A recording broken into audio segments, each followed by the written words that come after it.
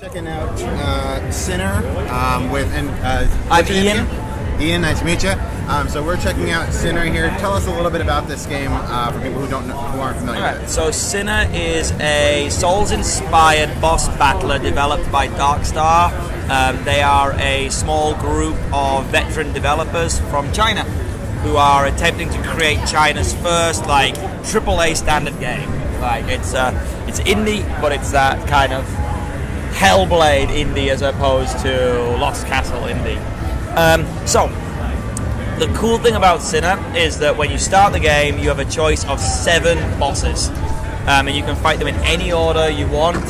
And once you've defeated all of them, you get to the final 8th boss. Now, it gets complicated because in order for you to fight the boss, you have to make a sacrifice. You are a sinner, you are completing these trials in order to atone for your sins. So, a sacrifice is basically a permanent debuff. So in this battle, for example, you'll notice in the bottom left corner it shows that you have the sword down symbol. This means that you have lost your attack power. Right now we have lose attack power, lose HP, lose stamina, lose items, and later on we're going to be adding even more debuffs to it.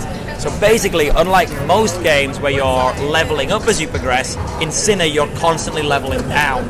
Every time you progress, you get weaker. So you start off the game as the most powerful version of the character, and then by the end of the game, you're wrecked. And we show that on the character. We show the armor falling off, we show his sword getting rustier and duller, and him kind of looking more and more tired and struggling. And the whole game is all about atonement. It's all about this person trying to understand the wrongs of their past and understand the impact that they've had on a range of different characters. So each of these 7 initial bosses represent a deadly sin, and each one of them is somehow connected to the life of the protagonist. So as you fight them, you unlock parts of the character's story. You understand why they're doing what they're doing, how they ended up in this situation, and why they're trying to atone for it. Now there are 3 endings to Sinner right now. There is a good ending, a bad ending, and a hidden ending.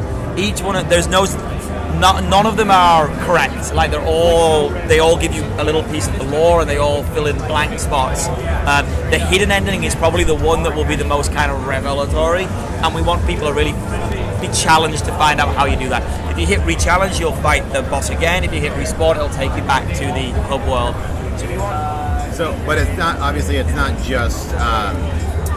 just the bosses we're fighting. There's other mobs in here as well. There are, so different bosses will have mobs attached to them, but it's always a boss fight. Okay. So it depends. My health is regenerating as well. Or your health does regenerate. Yep.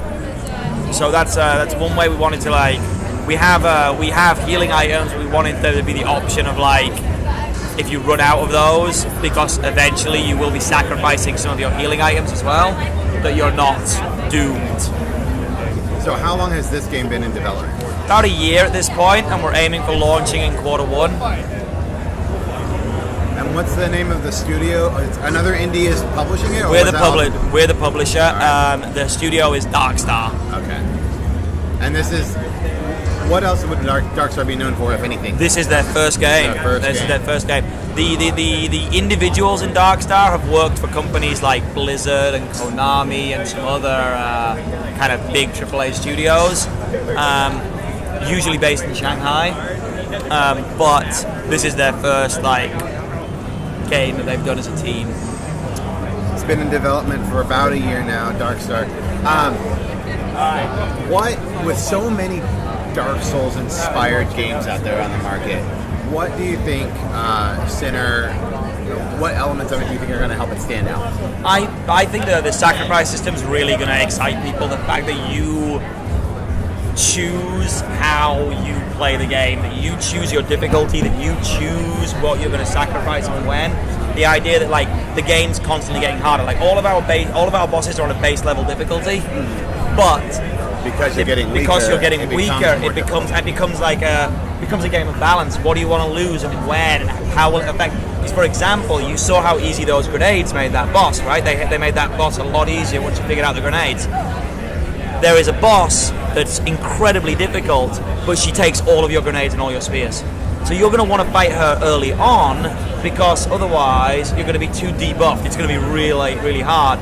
But then you lose those items that make those other bosses manageable. Yes. So you're constantly weighing up your choices. It's not just about the actual combat; it's about planning for it. Right.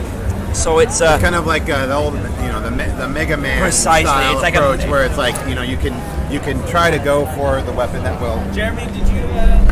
Sorry.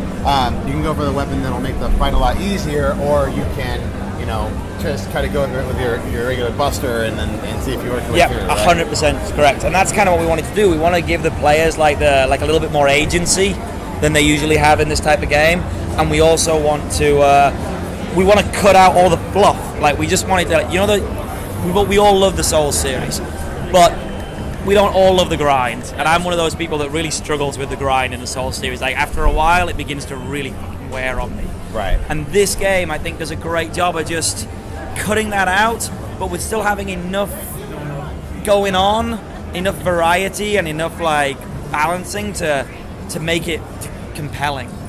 And I can see speedrunners really liking this, kind of figuring out the best way to do it as fast.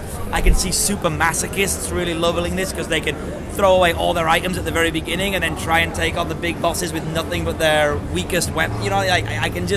I can really see it resonating with with both sides. Yeah. And I like the fact that if you're not good at this type of game, you still get to experience 7 amazing boss fights. Right. 7 amazing boss fights. Usually, if you have a shitload, what is the ratio right now? I think it's something ridiculous. Only 10% of players ever complete a game they start playing, which is fine. That's not a problem. But in Sinner, you get to see all 7 of those bosses, regardless of whether you complete it.